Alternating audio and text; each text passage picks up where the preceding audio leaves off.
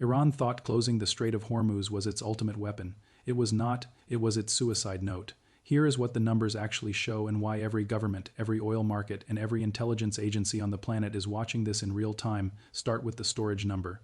Maritime intelligence firm Clapler, the same firm whose satellites track every tanker in every ocean, published data this week that Bloomberg, Al Jazeera, and Business Standard all carried immediately. Iran has between 12 and 22 days of unused crude storage capacity remaining. That is it, not weeks of negotiating room, not months of strategic patience. 12 to 22 days before Iran's tanks are full, before the oil has nowhere to go, before the wells must be shut down entirely. And when those wells shut down, the damage is not temporary, it is permanent. Here is the mechanism. In March 2026, Iran was exporting 1.85 million barrels of crude oil every single day. Then the U.S. naval blockade began on April 13th. Within weeks, that number crashed to 567,000 barrels per day, a collapse of 70%. Goldman Sachs estimated Iran had already curtailed 2.5 million barrels of daily production. The oil is still being pumped from the wells into storage tanks, but the tankers that were supposed to carry that oil out blocked, the storage is filling, the wells are still running. The math produces 12 to 22 days until the entire system seizes. But here is the dimension most coverage is missing entirely, the permanent dimension. When a producing well is forced to shut down under emergency conditions, the reservoir dynamics change. The water table below the oil column begins to migrate upward into the producing zone. Petroleum engineers call this water conning. It is irreversible. When the well is reopened, it produces not just oil but increasing proportions of water, permanently degrading its capacity. The Foundation for Defense of Democracies estimates the permanent production loss from a forced mass shut-in at 300,000 to 500,000 barrels per day, not temporary, permanent. That is $9 to $15 billion per year, every year, permanently subtracted from Iran's future revenue. No diplomatic deal signed in any hotel in any city repairs that damage. The geology does not care about the negotiations. Now look at Chabahar. Iran's so-called Plan B. Chabahar port on Iran's southeastern coast was supposed to be the route that bypasses Hormuz entirely. The port that India spent years developing, the gateway Tehran pointed to whenever analysts asked what happens if Hormuz gets blocked. On a normal day, 5 ships would be moored there. Today, more than 20 tankers and cargo vessels sit jammed and waiting, because the U.S. Navy does not only enforce its blockade in the Strait of Hormuz. It enforces it in the Gulf of Oman, in the Arabian Sea, in the Bay of Bengal, in the Indian Ocean between Sri Lanka and Indonesia. Every Iran-linked vessel in every ocean is a potential target. Plan B is now a parking lot of stranded tankers.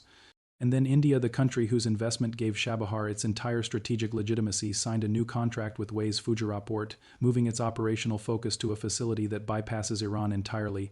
Iran is not just losing a port, it is losing the country that made that port matter. Then came the move that hit Tehran, harder than any single development since the blockade began. The United Arab Emirates left OPEC, not quietly, not apologetically. Way Energy Minister Suhail al-Mazrouei told CNN directly the timing is right because the Strait of Hormuz is closed and the impact on the market will be limited. He said it out loud. He connected the exit explicitly to the Hormuz closure. The Habshan-Fujairah pipeline, 380 kilometers of infrastructure connecting Abu Dhabi's inland oil fields directly to the Gulf of Oman, is the physical reason why this is devastating. Since March 2026, exports through Fujairah have surged 57%. The pipeline is currently pumping approximately 1.9 million barrels per day. By exiting OPEC, the way is now free to increase that flow by up to an additional million barrels per day. Iran's Hormuz leverage card assumed the world would have no alternative supply route when the strait was closed. The Fujairah pipeline is that alternative supply route running at near full capacity, making that assumption false in real time. OPEC's share of global supply control has dropped from 30% to 26% as a direct consequence of the way departure. And for Iran, the mathematics of this are catastrophic. Volume is down 70%. Price is falling as way floods the market. Revenue is approaching zero. This is a two-front loss, and Iran walked into both fronts simultaneously. Now look at what Iran's own government is saying internally. Iran International leaked a document from the Supreme National Security Council on April 27th. The council reached 3 conclusions. First, protests could break out again within days. Second, the regime can withstand the blockade for at most 6 to 8 weeks. Third, by the end of spring, approximately 2 million jobs could be lost in the private sector. And then security officials summarized the entire assessment in one sentence. Unrest is inevitable, only its timing is uncertain. Read that again. This is not an opposition analysis. This is not a U.S. intelligence assessment. This is Iran's own Supreme National Security Council writing in official language that the social contract is dissolving and the timeline is measured in weeks. Meanwhile, 90 million Iranians have been cut off from the internet for 62 consecutive days, one of the longest national shutdowns in the history of the internet per CBS News. The digital economy that a generation of young Iranians built to survive sanctions, fashion, fitness, advertising, retail has been wiped out. The regime suppressed the internet. It cannot suppress the consequences of suppressing it. President Pezeshkian went on state television on April 25 and told the Iranian people to turn on 2 lights instead of 10. Government offices are running on half-day schedules.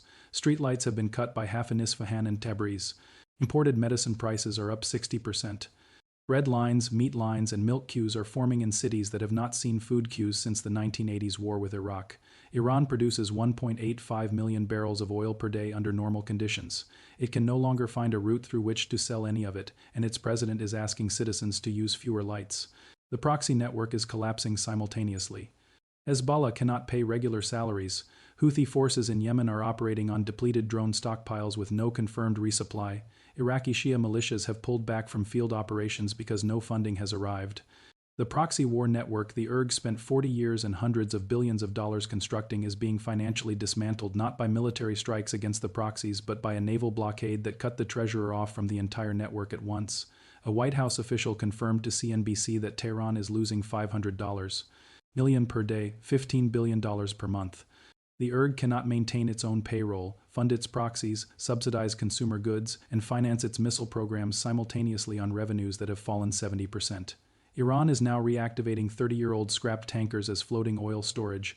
Vessels that should be sitting in a shipbreaker's yard in Bangladesh are being brought back into service to hold crude oil that has nowhere else to go.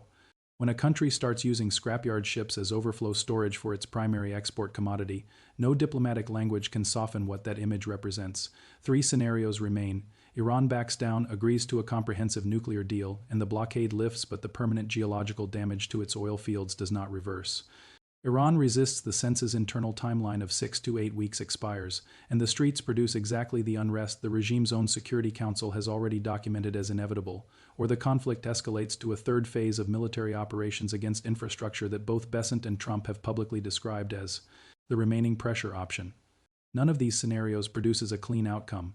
All of them produce consequences the global economy already pricing Brent above $110 has not yet fully priced in. Iran hung itself with its own rope the moment it chose to close the Strait of Hormuz rather than protect its oil revenue, the strategy that was supposed to give it maximum leverage has produced maximum vulnerability. It cannot sell the oil that funds the military that is holding the strait closed. The IRG is blocking the deal that would relieve the economic pressure that is destroying the IRG's own financial base. The regime's own Security Council is writing surrender documents dressed as threat assessments. The countdown is not a metaphor. It is 12 to 22 days of storage capacity ticking down in real time, 1 barrel at a time. If this breakdown helped you understand what is actually happening, subscribe, hit the bell, and share this with one person who needs to see the real numbers behind this collapse. I will see you in the next one.